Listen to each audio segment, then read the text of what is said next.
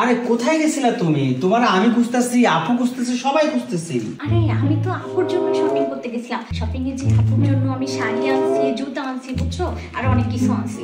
একটা কাজ করো তাহলে, আমি আপুরে ডেকে নিয়ে আসি, তুমি আপুরে শপিং গুলো দিয়ে দাও, খুশি হবে। না না না, এখন না, পরে আসবো। আরে এখানে কেন নিয়ে আসছো? কি বলবা বলো। আরে বাইরে তোমার আমি যেটা বলতে চাচ্ছিলাম, আমি এই গিফট গুলো আপুর জন্য কিনছি। এগুলো কখন দিব জানো? আপু যখন চলে যাবে তখন আমি আপুকে এই গিফট গুলো দিব। আপু দেখবা একদম সারপ্রাইজ হয়ে গেছে।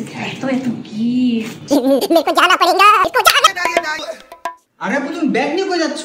আর বলো না, তোমার দুলাভাই এত অসুস্থ, আমাকে যেতে হবে। আরে না আপু, তুমি তো আসলা মাত্র 10টা দিন, এত তাড়াতাড়ি কেন যাবা? হ্যাঁ না না, অনেক দিন হয়ে গেছে, আমি এবার যাব।